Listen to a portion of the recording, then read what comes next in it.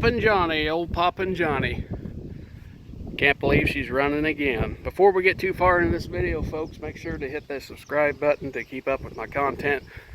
Like it if you'd like to, and if you want to see more videos of the John Deere running, please comment down below. I'll do some more. Hopefully it'll be a little more interactive, maybe a little more commentary. I know a lot of you loved it whenever I told you the story about this old John Deere and how it sat for 6-7 years and didn't run, but she runs again, runs just as strong as she ever did.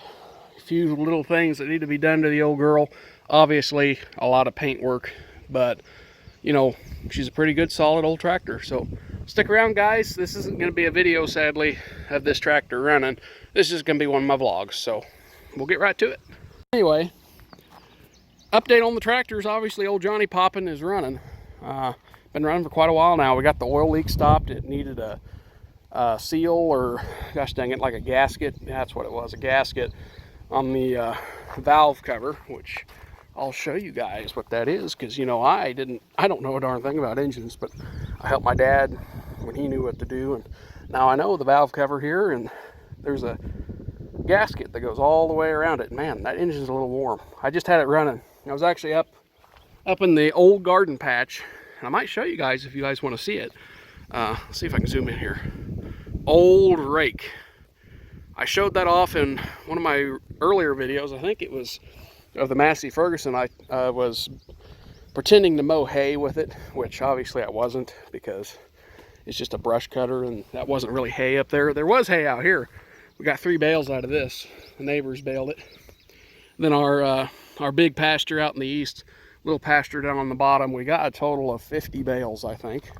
So it's a small income. You know, our neighbors, they put it up for doing it. They get half of it, and then they pay us for the other half, and it helps pay the taxes out here on the farm and in town. So it's really nice.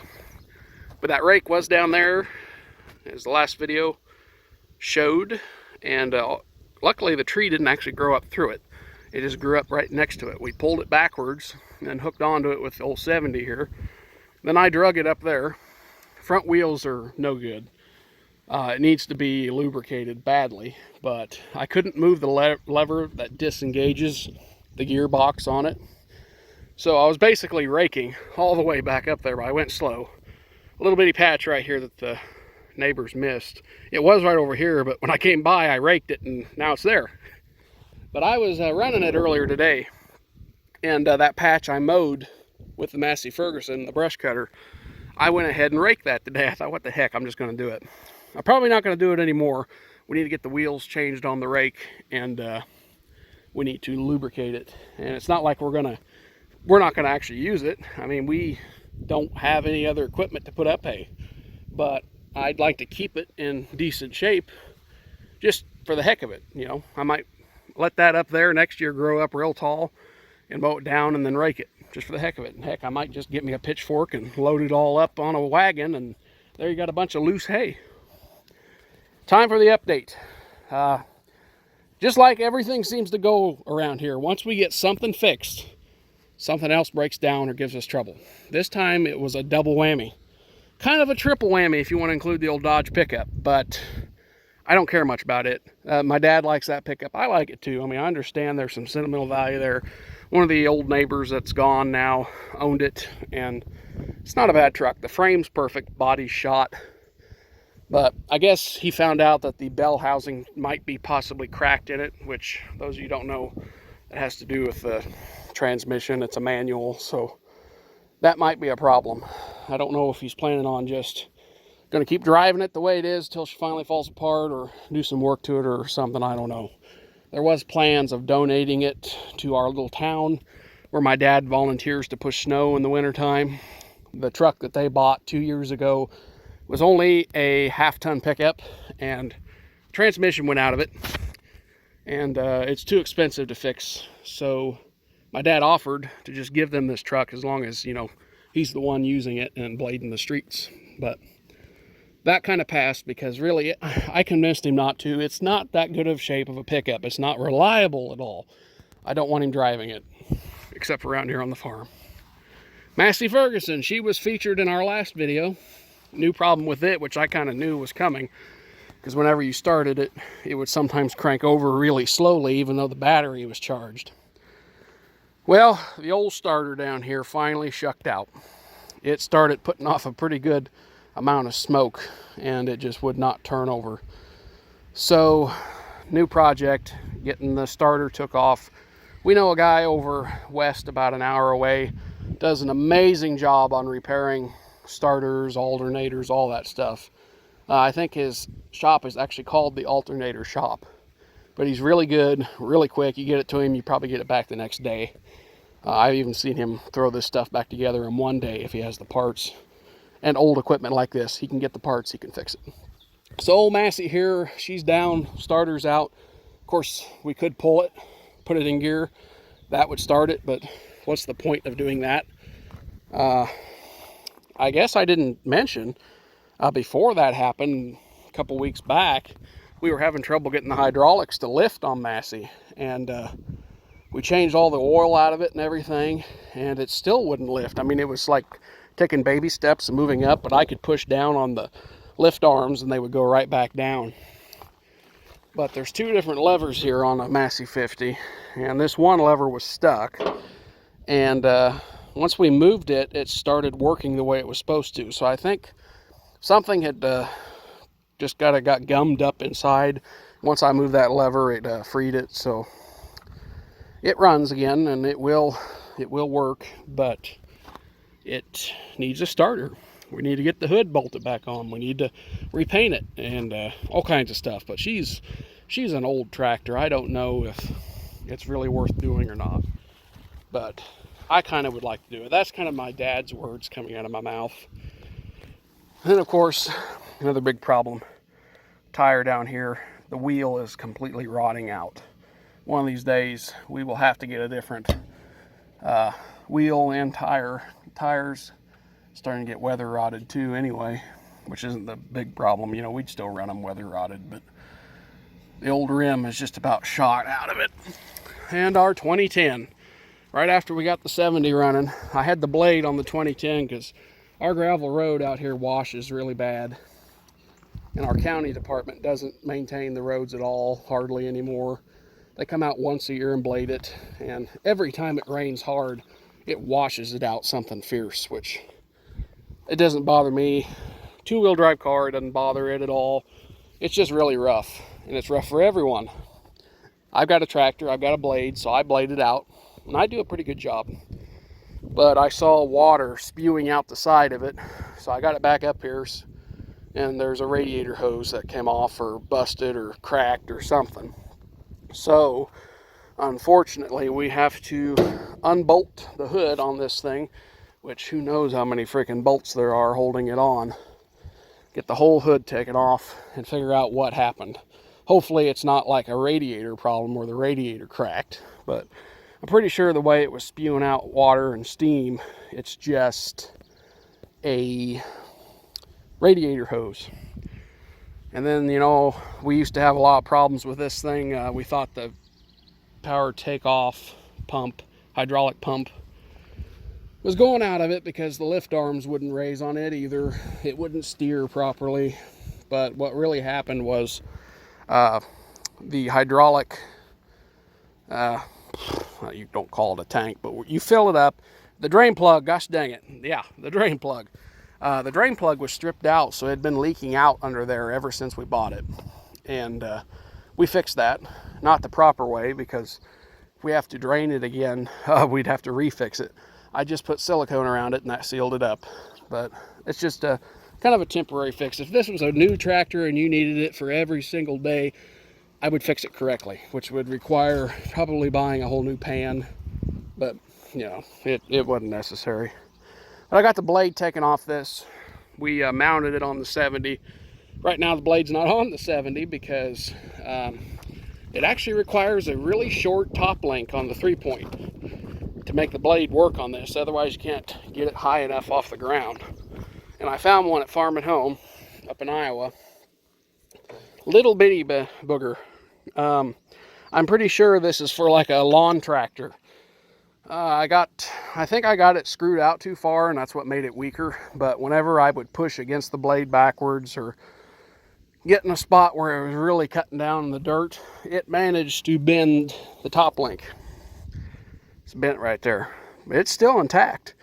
So I could go ahead and hook it back up. It would probably work just fine, but I don't think that top link's quite heavy enough. So I need to find one that's heavy for a big tractor, but short, like that one.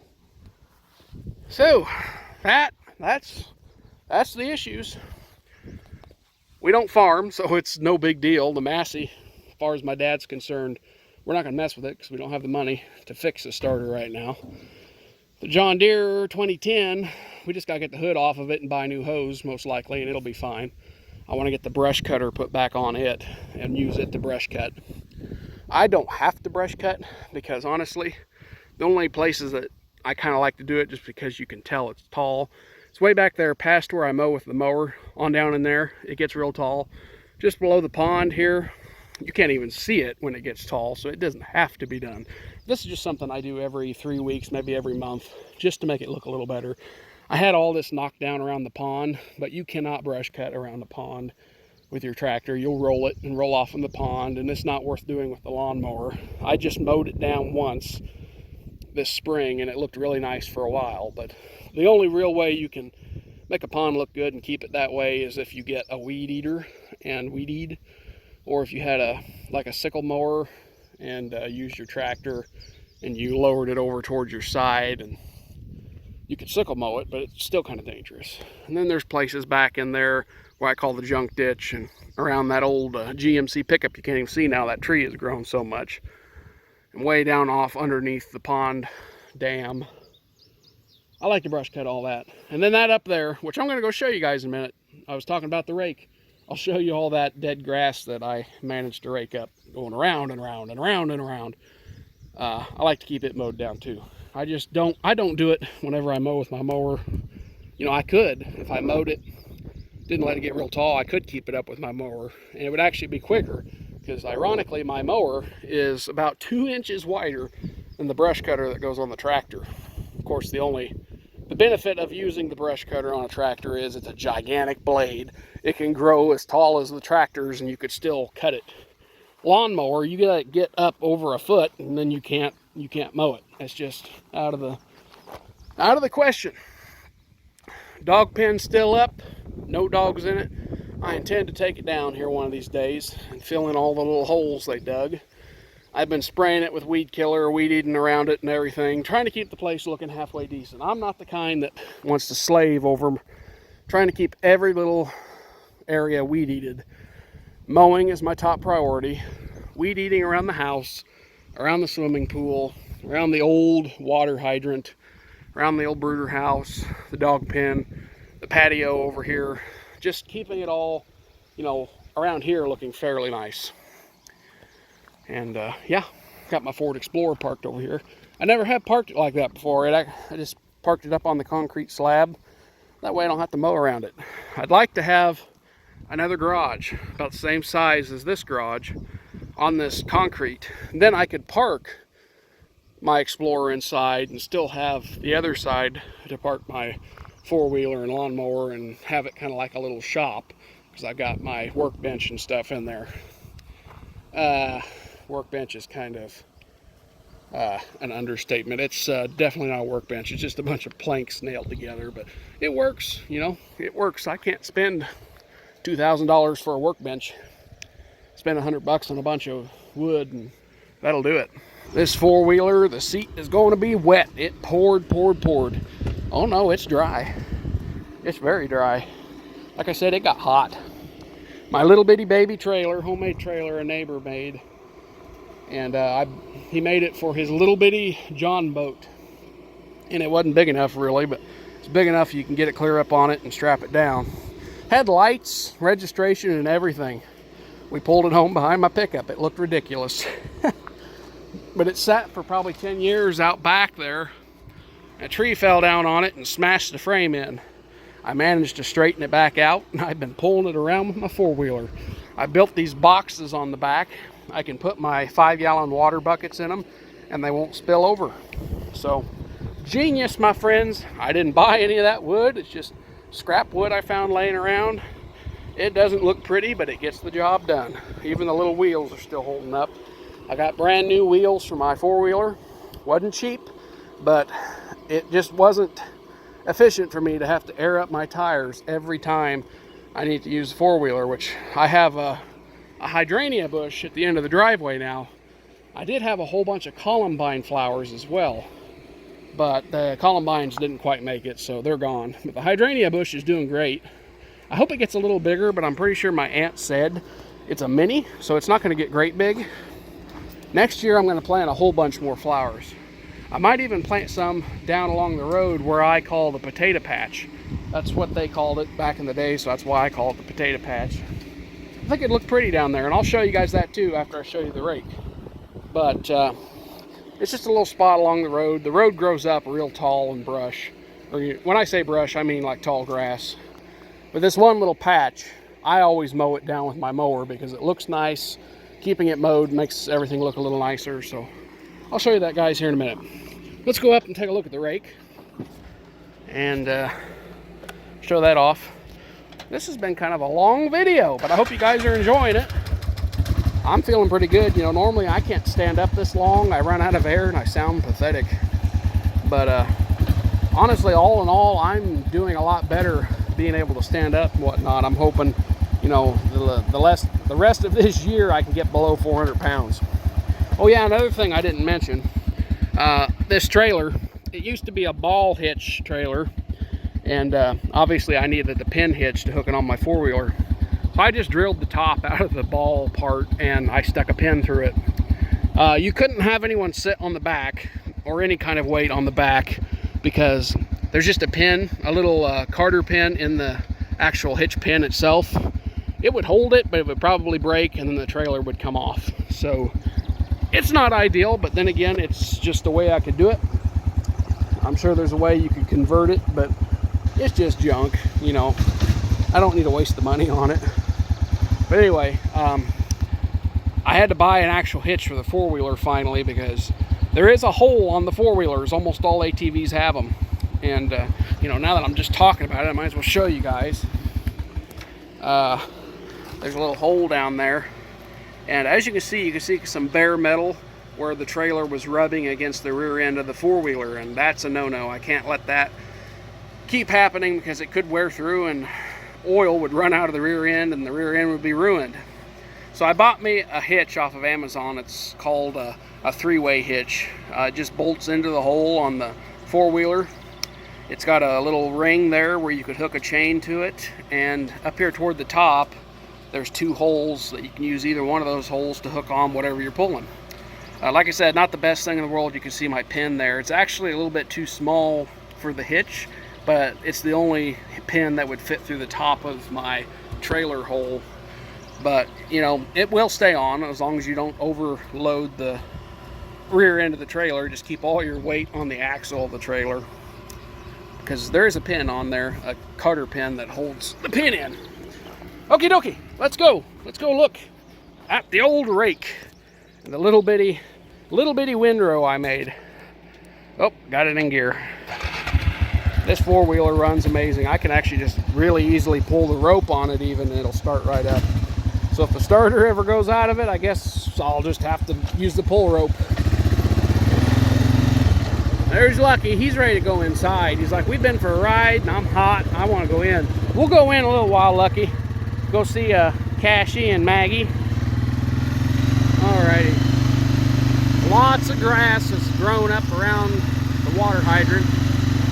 I can't mow any of that or brush cut it because it's a bunch of old stone and foundation. I got a crap ton of brush, actual brush in there that I cleaned up from this spring. I never got around to burning. We'll probably wait until this fall or even winter and burn it when there's snow on the ground or the ground's really wet, because I'm paranoid about catching, you know, fields on fire. Here's the little patch in my last video that I mowed down with the Massey Ferguson, and there's the rake we pulled out, and I went ahead and went around and around and around, and there's my little windrow. Like I said, the rake needs to be lubricated. The wheels are shot, the little wheels on the back are shot. My dad's like, I don't even know if we can find little wheels for it. I'm like, oh, surely we can, or we can, you know, we can kind of rig up a way to make it work. But it's very stiff. About half the time I was pulling it, the wheel wasn't even turning the gearbox, turning the chain, which turns the rake. But it's starting to loosen up, but I'm not going to keep using it until we do some work to it. Let's go ahead and drive up here. I think it did a fairly decent job. As you can see, you know, it wasn't tall at all, because this is pretty much all of it right here in the middle now. All of the grass that got cut over this whole area, it's all in the middle now, which is called a windrow. For those of you who don't know, you got to windrow it up so the baler can feed it through and turn it into a bale. We'll get up here and take a look-see at this thing. Very old antique. Look at them old wheels, completely shot. Front wheels more than likely are not going to pump up, but as you can see there, guys, there's the gearbox, there's the chain. When that wheel is turning, the gearbox turns and the chain turns. I finally got the lever on it that you push in that disables it to work, so I could pull this down to the house now and the rake won't move, you know, spin, and I could do some work on it. But I don't know a whole lot about these things. My dad does, so I'll wait for him. The reason I moved it up here is because we wanted to get stuff kind of cleaned up down there, and up here's a perfect spot to just kind of park stuff. I can mow around it, and then I can pull them up and move them, and then mow where they're sitting, and it's just a lot better. It's better than letting it all grow up in weeds. You can see how this thing was just covered in weeds and crap. But anyway, let's go down to the road, and I'll show you guys that little potato patch. I'll show you my flower, and probably wrap this video up. It's getting to be a pretty long video. Off here, there's my flower my dad planted in that old tractor tire, and that's kind of the center of my little memorial over there. My uncle, my dad's older brother, passed away a month or two ago.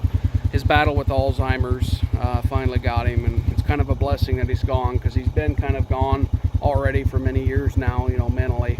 But I had some stones made. They're set up in front of the tire.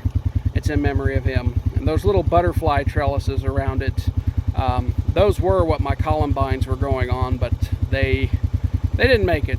They were growing. It's weird, but for some reason they kept slowly getting uprooted, and it might be because it was on a little bit of a slope, but I don't know. I watered them every day. They did bloom a few times, but they didn't make it. They dried up. I'm going to plant more flowers over here. Where you can see this, where this is all rocked and where my car is sitting. That wasn't like that last year. I did that. It was going to be kind of a memorial spot, but now it's a parking spot. I mean, it's still a memorial spot right there in front of those flowers. They haven't bloomed yet. They're late bloomers. They probably won't bloom until mid or even late July. But I want to put more flowers up along the side of the rock over here. I think that'd look really nice. Then down at the end of my driveway is where my hydrangea bush is, so I'll show you that, guys. My hydrangea bush, and for the longest time I kept wanting to call it a hydrangea, but is called a hydrangea, and those are the little blooms on top of it. I'm hoping it gets a lot bigger, but like I said, my aunt told me it's a mini, I think, so it may not get a whole lot bigger than that. It'll probably grow some, but I don't want something gigantic right here. You know, this is just kind of a small plot here at the end of the driveway. Here's the road, runs east and west. North of me is literally Iowa, and then the side I'm sitting on is Missouri. So here I am, a little hydrangea, still alive. I'll try to get out here. Let me put this in a lower gear.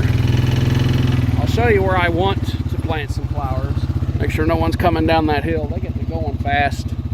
Lucky likes to run up and down the road, which I do not like him doing, but he usually doesn't get to, because, you know, I make sure he doesn't. The road's starting to wash out over here. I put up little orange flags just to kind of warn people not to get too close, because the road's starting to wash. And the county hasn't done anything about it, so I'm trying. As you can see, up and down the gravel here, you know, you got just tons of grass and brush that grows up. But right about here, I mow all of this. They used to call it the potato patch.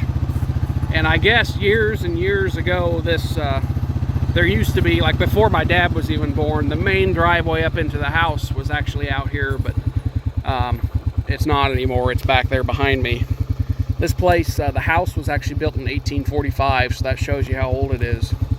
But I'd love to plant a bunch of flowers down along here. It might be a pain in the butt for me to water them. I thought about getting like a small water tank. I could haul around on this trailer, and that'd make it a lot easier to water flowers along here. But I think it would look beautiful to have a bunch of flowers down here. I'll take you guys about to where our property line ends. See, we used to own that up there. That's Iowa. And within about the same bounds, when I'm going to stop down here, on further up into the north, there's 70 acres we used to own, but we sold it due to financial problems. And we didn't want anyone else but our neighbors to get it, you know, because there are potential hunters from out of state that would just love to buy any land they can get their hands on around here. We didn't let that happen. We sold it. We sold it relatively cheaper than what most people would actually pay for it, because our neighbors are such awesome neighbors. And this land of ours sits right in between pieces of their land, so it kind of connects the land of theirs. But it's not ours anymore. Still feels like ours. And right up here where the brush kind of ends, there's a fence line that'll go south, and that's where our property ends, right there. Kind of hard to see, but way back in there and underneath the brush, the fence line. So just in front of me here, our property line ends. 80 acres in Missouri, and used to have 70 in Iowa. My grandpa farmed it for years, doing a little bit of everything. To wrap up this video, there's an old wagon wheel I found out here. It was just laying around. It's actually at the end of the driveway where my mom and dad's mailbox was years ago. I brought it up here and I painted it red, white, and blue because I still love this country. I think everyone should, because you got the right to do everything you do, even all these protesters today and looters and all that crap. And don't get me started about looters, but you all have the right to, you know, voice your opinions because of this country we live in, the way it is and the way it was founded. People get so aggravated how the government is trying to take everything away from them, and it's sad. It really is. Hundreds of thousands have died to give you that right, and people today they treat it like nothing. But I'm proud to be an American, and I thank God every day that I get to live in this country, because it could be so much worse. Anyways, guys, thank you very much for watching this vlog of mine. Beautiful, beautiful Sunday. Hot Sunday. But I'm going to get this video rendering here soon. I may not do it today because I want to relax the rest of the day. But today's Sunday, June something. It's about a week before the 4th of July here in 2020. So that'll give you an idea of when this video was recorded if you made it to the end of the video. Let me know in the comment section if you did. So just in case this video doesn't get uploaded until maybe even next week, you know, who knows. But thank you guys. Have a wonderful, wonderful day, and try to be kind to each other.